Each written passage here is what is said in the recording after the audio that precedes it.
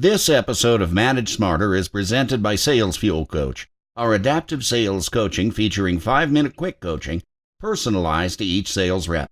Learn more about Sales Fuel Coach at salesfuel.com. Welcome to the Manage Smarter podcast with hosts C. Lee Smith and Audrey Strong. We're glad you're here for discussions on new ways to manage smarter, hire, develop and retain talent, improve results, and propel team performance to new heights. This is the Manage Smarter podcast. Welcome, everyone, to the Manage Smarter podcast. You know, Lee, brain drives behavior. That's what our guest says today. The key to everything is in the brain. Absolutely. And it's not only the brain, but it's also in your gut. You know how some people go with their gut? Well, we're going to actually find out how gut health actually then applies this whole thing as well. That's right. Dave Kenney, welcome to the Manage Smarter podcast. How are you, sir? Audrey, Lee, it's a pleasure to be here, and I look forward to sharing some information with you. Well, let me introduce myself. I'm Audrey Strong. I'm the Vice President of Communications here at Sales Fuel. And I'm C. Lee Smith. I'm the President, CEO, and Chief Gut Health Officer. Chief Brain Guy. And Brain Officer, yeah, Brain Guy. There you go. So if you haven't met Dave Kenney, and I'm so glad we have the pleasure of that, Dave, he is the co-founder and executive director at Emergo Recovery, a private residential recovery and wellness center focused on a brain-first approach, specializing in what's called Actualized Recovery. We want you to explain what that is, Dave. Dave, dedicating his extensive career to helping individuals reclaim their life after struggles with addictions, anxiety, depression, and other debilitating challenges. Brain drives behavior. That's a pretty broad umbrella, Dave, for leaders in our audience and managers. Do you want to get more specific? Oh, I'd love to. First of all, it's a pleasure to chat and talk, and it really is. The intro has been beautiful. Brain drives behavior. And as leaders and business owners and business leaders and managers, we have people. Well, we all invest in our infrastructure and our technology, but I'm going to share with you throughout this podcast, the number one computer to invest in is something what I have been nicknamed as the biocomputer, your employee's brain. And yes, it can be rewired, it can be improved, it can be enhanced, and if it can be changed positively, that's neuroplasticity, that means it can be changed negatively. And so business owners and business leaders and managers, man, when you invest in brain health, you create an incredible environment and usually far more productive and more rewarding to be at. Yeah, I read that 16% of the U.S. population actually, only 16% of them have good self-esteem or high level, good enough levels of high esteem, where about 84 do not. What do you think that is? And then what can be done about that? Well, self-esteem comes from feeling good of oneself. And again, that's brain drives behavior. And when my brain is in an overfunctioned or in an underfunctioning state, I don't care about what really I do throughout the day because that organ, the brain, is not working and not functioning in a real good way. So I can be really in a fight or flight called the sympathetic nervous system. I can be really in this high stress state, and it compromises everything in my life. And the converse to that, that's like the gas pedal being stuck on. So the converse to that is parasympathetic. It's like the brake being stuck on, and I'm emotionally frozen. And really, I just want to curl up in a ball. I want to isolate. I want to leave work. I don't want to go to work. And I'm talking in really general terms here, but when people are stuck in these patterns, and our human brain learns this out of survival, and when that happens, we don't feel very well. So if you're able to, if you assess somebody then and you can tell that they have low self-esteem, but you've hired them, they're on your team, what can you do as a manager then to work with that or improve upon that, or can you? Well, sometimes you hire people and they're gangbusters for the first couple of years, and they start to struggle and slide. So you can see people struggling in all sorts of behavioral pattern ways, and you don't need neurotechnology to assess this. But I'll share with you that the brain can change. And Marion Diamond was the first person, Dr. Marion Diamond, she was in the 60s, a wonderful neuroscientist, and she discovered that the brain can grow in size and enhance in size and operate better in an enriched environment. But that also meant that rats that she studied, when she put them in impoverished environments, their brain shrank in size. So if you see somebody struggling, one of the key things is the environment that you're in. And there's other things that we'll dive into today that will enhance and help people move forward. So in a business sense, then are we talking about culture? Yeah, sure. Culture. You're talking about the physical space. You're talking about Mhm. relationships. So an impoverished environment is when all of these things in a negative capacity happen. You want to talk about the negative water cooler talk, that has a toll. And if you want to talk about investing in your team, take them out. We love to go axe throwing right now. Forget about bowling. That's so blasé. But you go do something as a team and as a unit that brings a collaboration and a connection. We know that when humans are connected in a positive way, it has a positive impact on our brain function. What are some of the warning signs of the more serious addictions that you have talked about? Like you say, the brain will drive the behavior to drink heavily or to, smoke crack or something. I mean, what are the warning signs of that? How can you tell that somebody is in really serious territory? I think every good leader and manager and leader and business owner will know that by somebody's performance. They start showing up late and all the telltale signs. But really, I want to just quickly dive into this. That addictions is a very difficult thing to have a common definition. But people typically, there's two camps. It's a brain disease or it's a brain disorder. So the one thing that everybody, depending on, you can spend a weekend debating disease disorder, but one thing is brain issue. And if the brain is driving it and I'm seeking relief from pain, that's what that's about. Whether that's internet sex or whether that's gambling or whether that's a substance, whether that's my glass of wine or bottle of wine every night, what I'm trying to do is seek relief from a neurological imbalance. And so when you work towards a more balanced brain, I don't need to do things to get relief because I naturally feel happier. Got it. And all those things are also distractions from your work. So if you're thinking about what the line on Sunday's football game is, or you can't wait till smoke break, or you can't wait to get the lunch for your 2 martini lunch or whatever, it's like, well, you're not totally present at work. Not only not present, even when you're there, you're not able to retain information, process information, make sound decisions as aptly as you are when your brain's in an optimum state. So there are some things, sleep is a big thing for brain, and we really do need 7 or 8 hours of sleep. All of us. Don't think you're that special and you don't get to catch up on sleep on the weekend. That's not how sleep hygiene works. So there's all sorts of things there, and turning technology off. But we have found in neuroscience that meditation does the opposite of what we originally thought. We used to think meditation calms the brain. Meditation actually gives the brain more energy, awakens it, and it's 5 times more effective than sleep. So I know that some companies, and I really applaud it. Ariana Huffington at the Huffington Post has put in sleep pods, and she's written an article about she hopes that one day they're going to be more common in conference rooms at places of work. 20-minute nap has shown to increase production and performance in the afternoons. But actually, imagine if you had a meditation room. A Zen garden. Yeah, but what you're doing is you're helping the frontal lobe, which is the executive manager, process information, retain information, and you're going to have a team that performs better with less effort. You said there are also, besides setting up a meditation room, which sounds fabulous, let me just say, there are some other more simple steps that you said managers and leaders can take to enhance employee performance. So what is a brain first culture? How do I create that? What are some, give me 3 easy things I can do. Yeah, first it's an understanding and commitment, and to love our brain. We've got to do it ourselves too. Again, as leaders, you can't just push it downhill.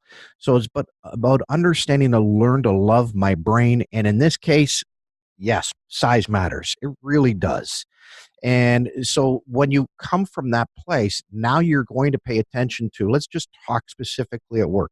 You're going to pay attention about what's in your lunchroom. And you're going to pay attention about, are you stocking it with Red Bulls and chocolate bars, or are you going to bring in good food that helps to nourish the brain and the gut, which Lee mentioned at the opening of this. So there's something that you can work on.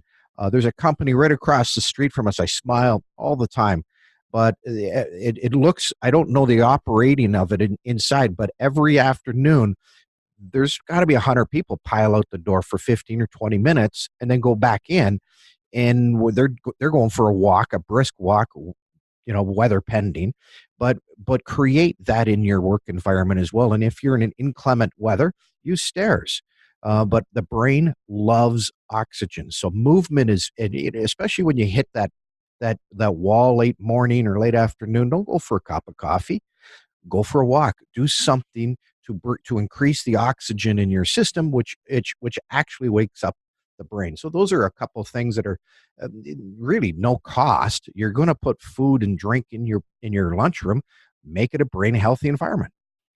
I was watching a PBS special over the weekend with Dr. Daniel Amen, which I understand that you are certified with having. He was talking about how we should all eat salmon and eat blueberries, and talking about serotonin coming from the gut that feeds the brain.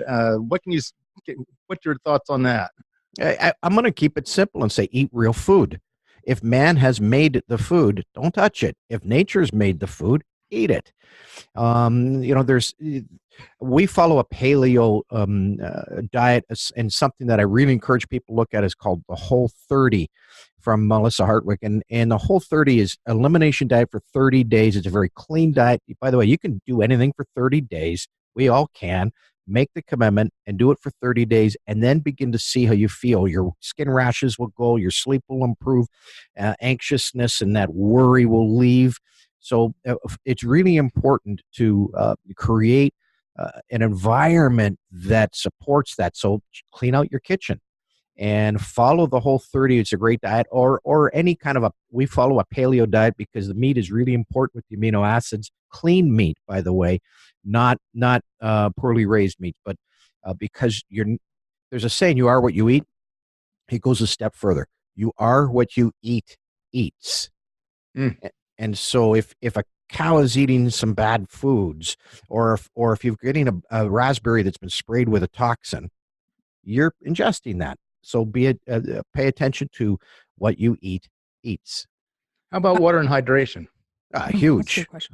Water's huge. I mean, some of the worst things right now, some of the worst products out there right now are the Red Bulls of the world. They're absolutely terrible to the brain, and they overstimulate the brain, and they hurt the gut too. So water is huge for the body, and we drink 3 or 4 big size water bottles, 20-ounce water bottles in a day. Yeah, Lee knows this, but starting last May, I started doing strict keto. Those are my doctor's orders. So I actually listened to the guy, and my gut is completely different. I feel completely different. Keto is fantastic. 7 months. It's fantastic, and I've lost 35 pounds. Way to go, Audrey. But my point is you do great. Feel different. You feel the difference in your gut, and I do feel more alert. And I was surprised to feel either of those. So I would really suggest that you eliminate grains, glutens, dairy, refined sugars, legumes. Try and eliminate that stuff and see how you feel. And keto for some people is great. I lean towards eating a little bit more of the more veg than is in the keto diet. But if it works for you, fantastic. My dad's diet advice was, if it tastes good, spit it out. Hey, that's not bad. With some of the processed stuff, it's all like salt and fat and sugar. A lot of sugar. I'm addicted to sugar myself. Well, please get the food industry understands how to addict the brain. Like tobacco industry, they understand how the combination of sugar, fat, and salt, and they manipulate that, and they manipulate it so that you don't eat 3 Oreo cookies, you eat a third of the bag. Can you imagine somebody? What about the Girl Scouts? I think the Girl Scouts know this too. Well, let's give them a break. Let's give them a break. But I'll give them money and not take their cookies. Yeah, I would probably do that now too, because I look at it like it's just poison. I can't do it. Can't do it. Not anymore. Once you reset your body, it's amazing. I don't crave things that I used to crave, ice cream and pastas. I not only don't crave them, I just say no thanks when somebody brings the nice bread to the table. No thanks. And there's a key to say no one time. So say no when the bread's arriving at the table versus being polite and letting them put it down. Now you have to say no 82 times throughout the meal. That's true. How else can I change my brain? You had some other tips you wanted to give us. Well, food is huge. We've talked about that. Oxygen and movement is very big. We should be taking a break about every 40 minutes and going for a walk or doing something, a stretch and a movement with that. Those things are great. Well, And for the duration of managers, those walks, 10 minutes? Yeah, 5-10 minutes. Yeah. well, for managers, it's like you can follow the advice of another podcast guest we had from a while back, Tom Peters, that said, management by wandering around. So get up off your desk and go walk around the office and talk to people. Well, can you imagine go for a walk outside and have a meeting? We've done that, and it works. And it works better. Yeah. The other thing too, Audrey, is don't believe all your thoughts. Your thoughts lie to you, and they lie to me. And roughly, we have 80,000 thoughts in a day. I swear, women have more. I believe that. But Come on, we have 80,000 thoughts in a day, and so it just leads one to believe that some of those are going to be real positive, some of those are going to be very negative, and most of them are going to be kind of vanilla, kind of benign. Nothing. But just because we have a thought doesn't make it true. So I learned it from Dr. Amen's teachings in the certification I went through, called them ANTs, automatic negative thoughts. And that's all it is. But a thought can create a feeling can create an action, and then we're making some negative choices. So if you want to change your behavior, change your thought. And the way to do that is challenge it. I get a negative thought. I'm not smart enough. No one's going to like me. Oh my God, I can't do this. And I want you to challenge it. Ask a question. Is that true? Explore your past. Oh, wait a minute. People have liked me before. But then here's the key. You have to replace it with gratitude. If you don't, you'll probably get a different automatic negative thought. So use gratitude in replace of that. First, challenge the thought. Ask if it's true. Be honest. And then replace it with some gratitude. And you'll find that it has a great impact in your day. One ant, not that big of a deal. A whole bunch of ants, they can move basketballs and watermelons, right? So, and they can grind us into the ground. Oh yeah, I'm a worrywart. Lee knows this. One of the other things that I do though is sometimes if I'm starting to have that kind of like down the rabbit hole of negativity, I'll just take the bull by the horns and I'll call him up and say, what can I do better? Are we good? What am I, and I get like a report card. And then he gives me constructive criticism, but at least I know where I am and now I'm not obsessing over it. That's not a bad thing, right? You're using an external source of feedback. What I'm going to encourage you to do is when you're getting in that state and you catch yourself, and parents, when you catch your kids misbehaving and acting out, please don't give them a timeout. I wish I'd known this. A timeout is the worst thing because I'm going to just continue to spin and ruminate on that. And if you want to change the brain, tell them to go ride their bike, get on a skateboard with a helmet, do something where they're moving their body. So Audrey, there you go. There's my opportunity for you in the next 24 hours. If you catch yourself, do something, get out of your house and do something where you have to move. And about 10 minutes later, you're going to find you're in a different state. Yeah, definitely. Like Oklahoma, maybe. What my last question for you is: how much really can the brain be retrained or reprogrammed? Massively, incredibly. So we're not talking about just a minimal, single digit amount or anything like that. You're thinking it's a whole lot. It's a massive amount. It's a life-changing amount. Certainly, everybody gets to define what they call success. We've worked with some autistic people, and for the first time in their lives after leaving us, they've been able to hold a job for a year and a half. But in one case, one young lady, she's working at a car wash, and she loves it. But she couldn't hold a job. She couldn't get a job before. She couldn't keep a job before. So how do you define success? And regarding salespeople, high-stress job, brain health is huge. And if you really want to improve your sales force, invest in brain health. So what are the various ways that you measure that then? And obviously, everybody, it's EmergoRecovery.com, EMERGO recovery.com if you want to get Dave on the blower and get some help. But what are the ways that you measure the change?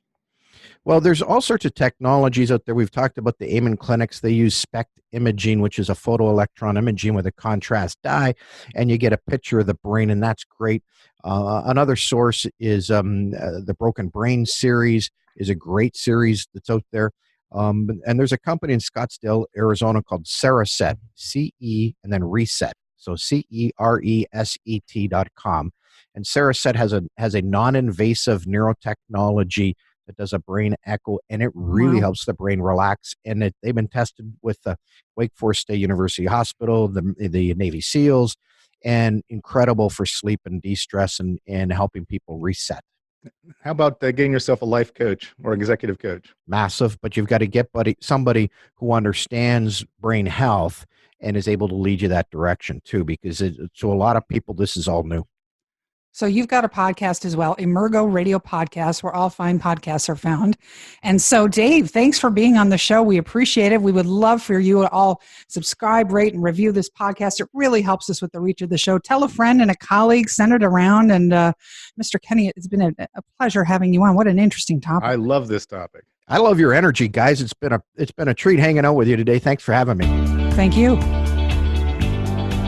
Thanks for listening. If you enjoyed the show, please rate and recommend on iTunes, Overcast, or wherever you get your podcasts. You can also get more great information at salesfuel.com.